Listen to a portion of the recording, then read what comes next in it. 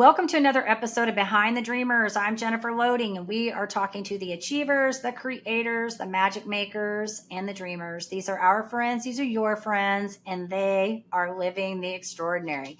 So I am so excited about my guest today. This is so much fun. She says she was born to become a successful entrepreneur. Growing up in Greenville, South Carolina, she says she developed a deep love for people, whether giving advice, listening, volunteering her time to her community, or just being there for loved ones.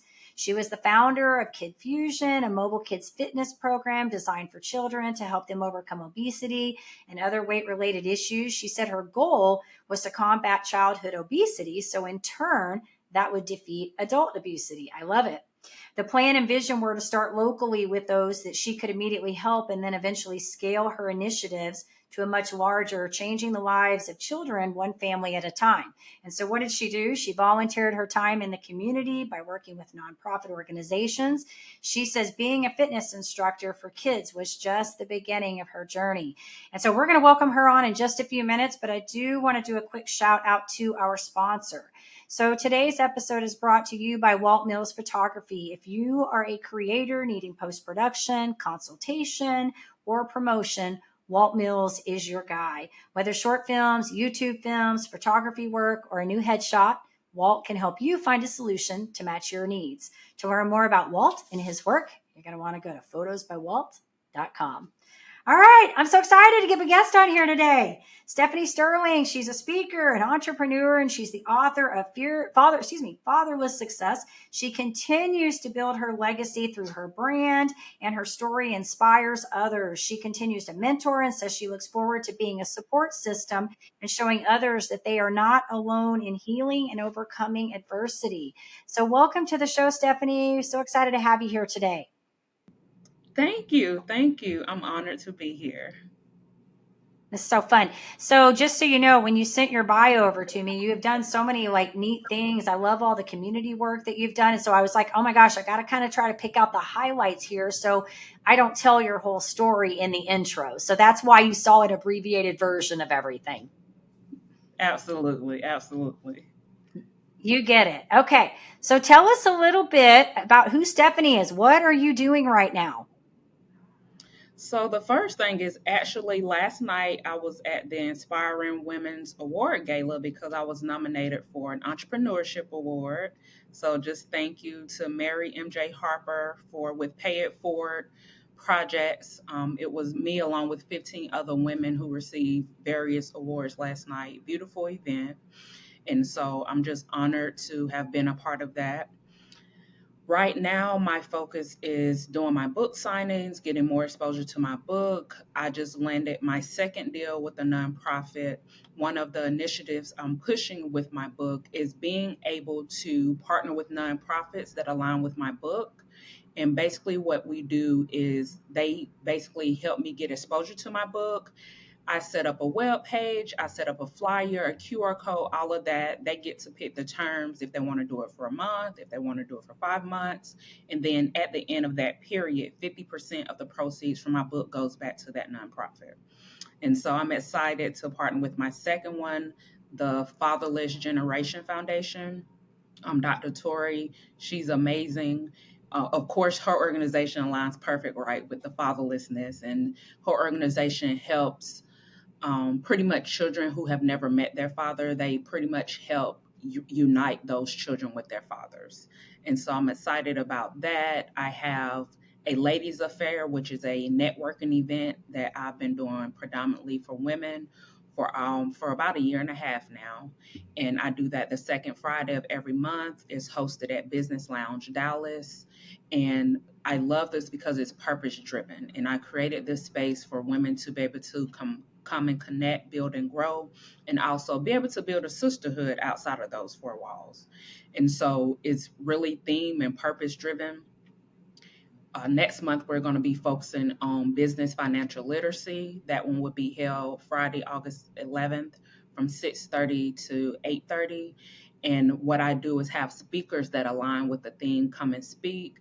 I have women have opportunities to be vendors, and then just a space where we can not only connect and support each other, but also have great tools and resources to carry with us as well once we leave the event. So I'm passionate about that. I always will have a passion for the youth. So I'm a mentor with Big Brothers Big Sisters, and I do volunteer work throughout the community. I recently was in Leadership ISD cohort, which focuses on public education and the racial inequities. That was very amazing because now I have more tools to be able to advocate for my community, right? For those who may not have a voice or for those who just don't know, because, if some things, if you're not aware of it, if you're not in that circle, as a single parent, they don't have time to be up on everything. And so just me Yeah.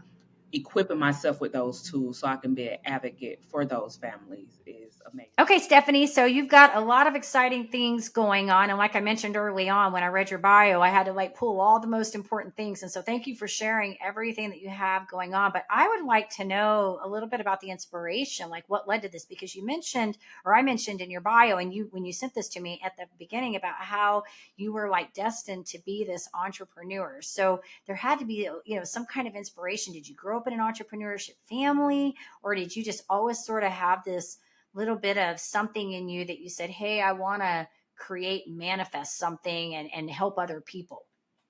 So for me, no, I didn't grow up in an entrepreneurship background. My mom worked; she was a single mom, and so all she know is work. The work mentality, survival mode, take care of myself and my brothers, and so for me, I believe that God just planted that seed. I was kind of born with that.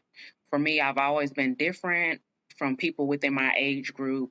I always kind of a loner. I always did my own thing. I always did what I felt like was right for me. I never was in the crowds or had cliques. I was one of those people I could talk to anybody. I could be cool or friends with anybody. That was just always my personality throughout school.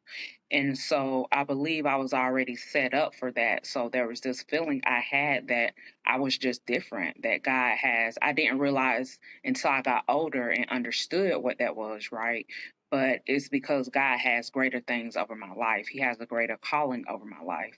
And so that's why I always stray from the crowd, because I'm destined to do greater things. And so I can't do what other people are doing. I can't be out partying every weekend. I can't be doing this because that's not the purpose that's over my life. Yeah, no, this is good, Stephanie, and I can certainly relate to some of the things that you're saying. I think that to be an entrepreneur, you sort of have to be a little bit different, right? Like you can't just always go along with the mainstream and be a conformist with things. You've got to stand out, and you got to be willing to take risk. And with risk comes, victory and successes, but it also comes pain and hardship too, right? So Correct. I think that, yeah, you having some of that, being in a single home family or single parent family, and having to take some of that on, and then and watching your mom do the things that she did, but also, I think we learn a lot as young kids. And so I really love what you said to all of that. So thank you for sharing that. So let's talk a little bit about your book, because this is, I don't know when you wrote this. So tell us a little bit about when this was written, and maybe a little bit about, I mean, it's obviously we know what it's about, but maybe give us some details about what you're trying to do with that and kind of the message with that. So I published in June of 2021. So I just celebrated my 2-year anniversary. And it was one of those things, I had the title years ago, probably like 2015, 2016, because I remember networking with this girl, with this lady, and we were talking. And I said, I'm going to write a book. It's going to be called Fatherless Success. But at that time, that's all I had. I just wasn't, it wasn't ready yet, right? God didn't say move forward. So, anyways, time rolls by, fast forward to 2019, 2020, it was kind of put back in my spirit. And so I was like, okay, it's like God was telling me it's time to write this book. And for me, it was about sharing my journey, my experiences growing up without a father, how that affected me emotionally, and then being able to share my healing journey, all of the things I had to heal from that started from the fatherlessness.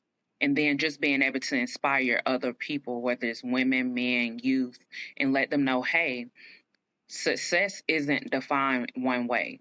That's up to you. But you do not have to allow your childhood or your obstacles or the hardships define who you want to be.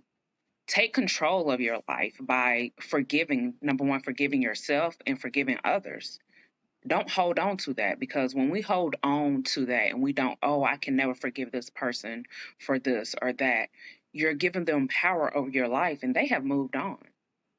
And you're stuck and you're Yeah. trying to figure out, why do I keep going in and out of relationships and friendships and can't find my way in the workplace? Why do I have this toxic behavior, right? Or these toxic patterns?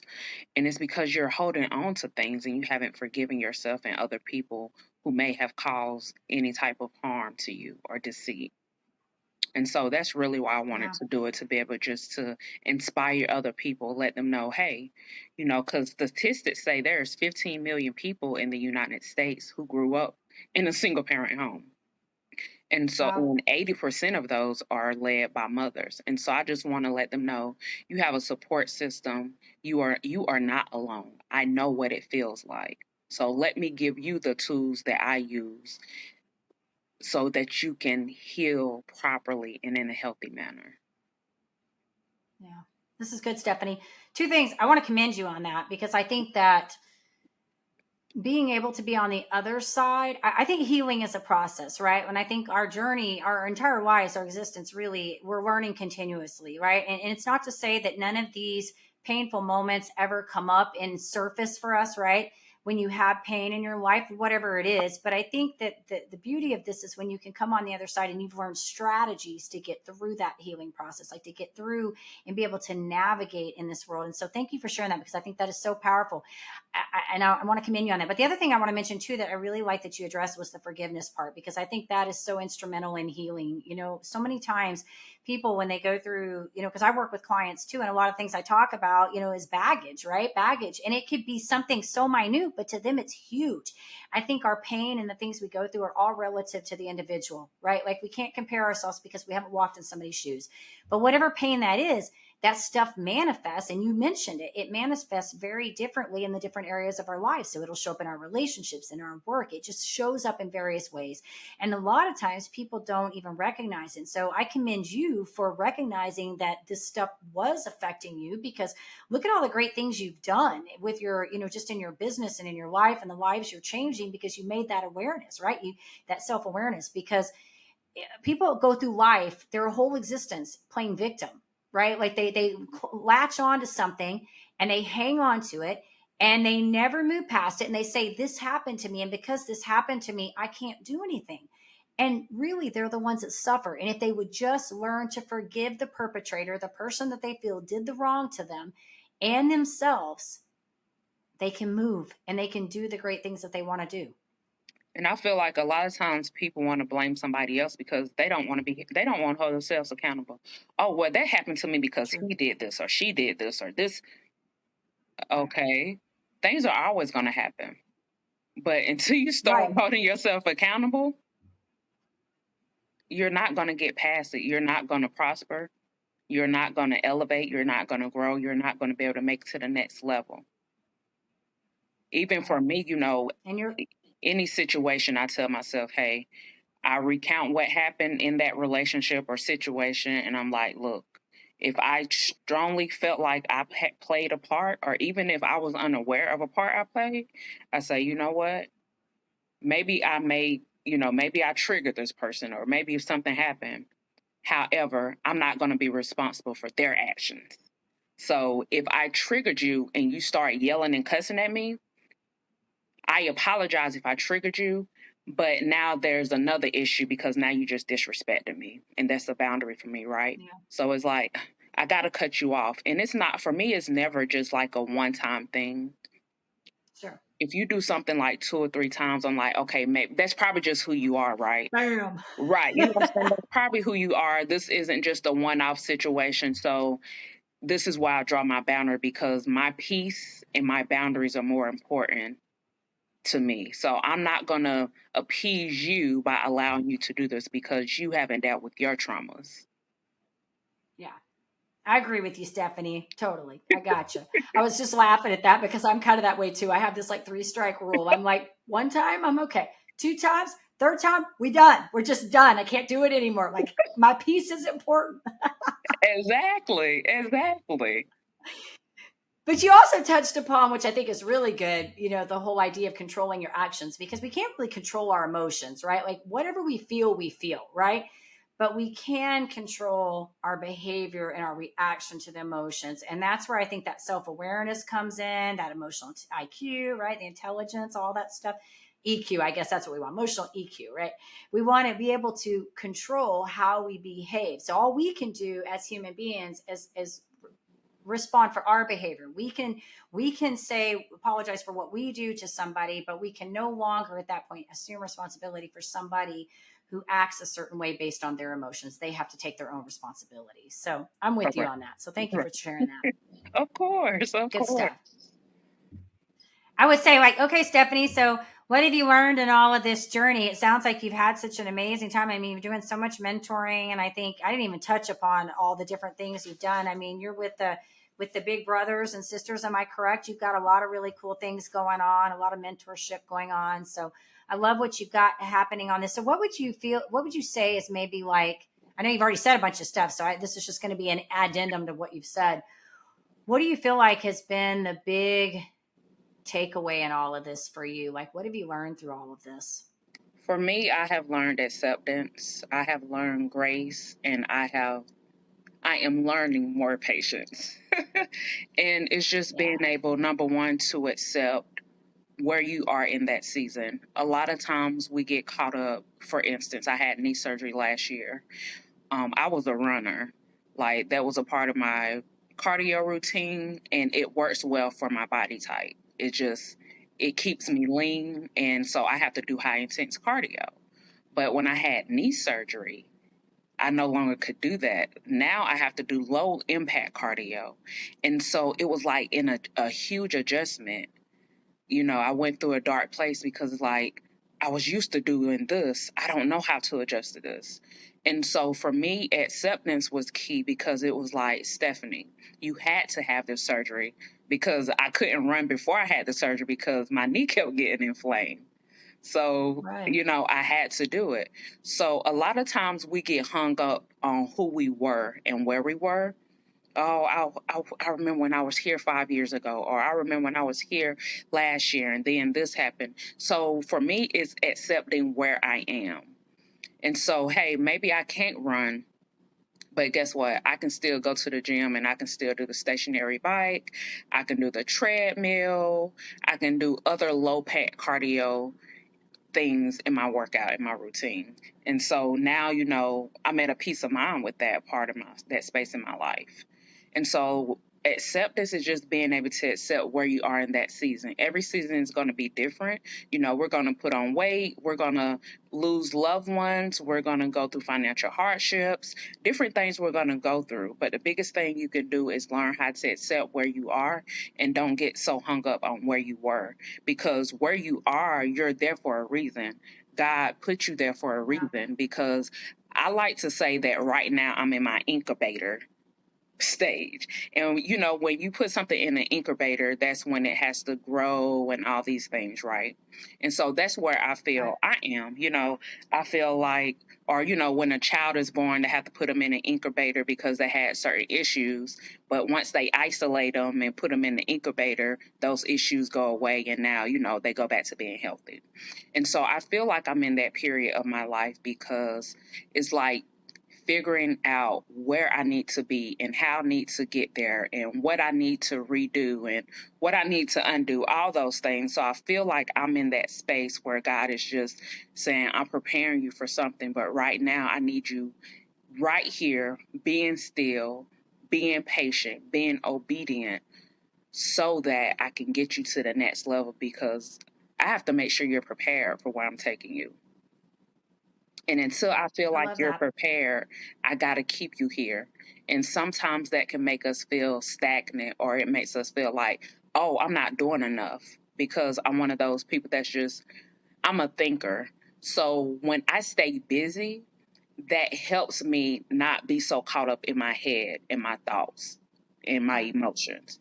Yeah. And so I'm going to say it was May when he kind of set me down, was like, I need you to be still for a moment.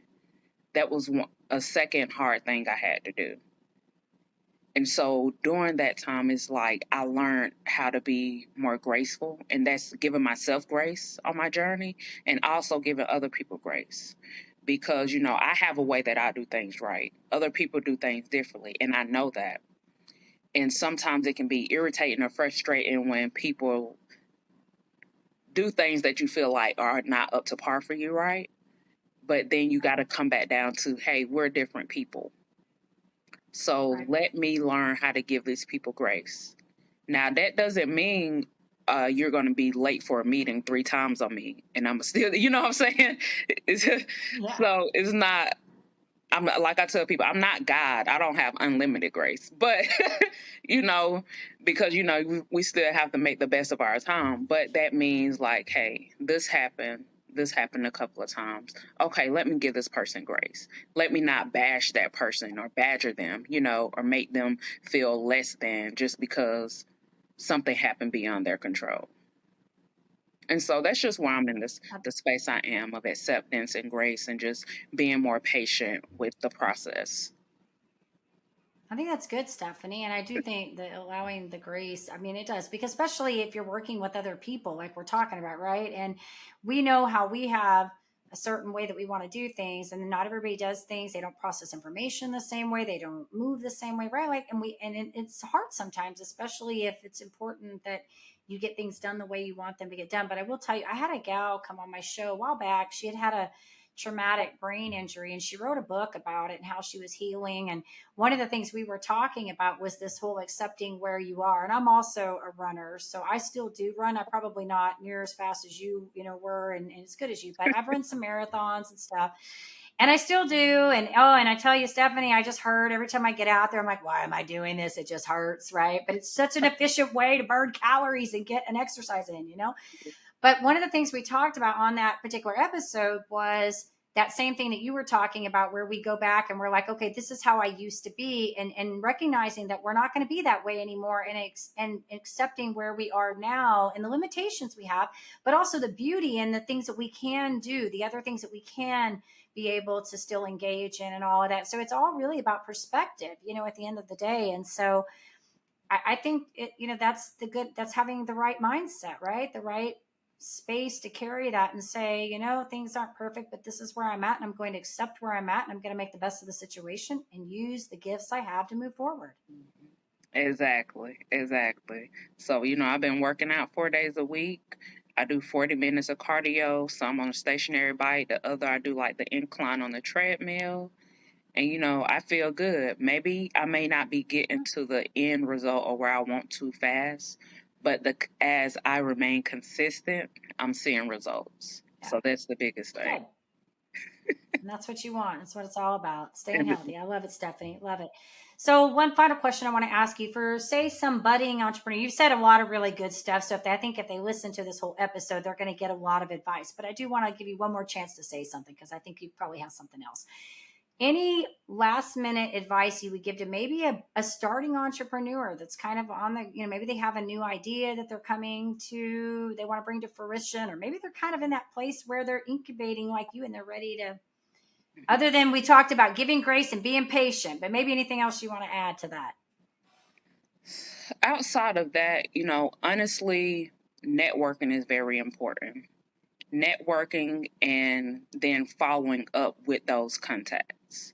I tell people building relationships is so important, because some spaces that I've been in, some things I've been able to do, I would not have been able to do it. You cannot do anything by yourself. And I know sometimes, when you're just starting out, there are a lot of things you have to do by yourself.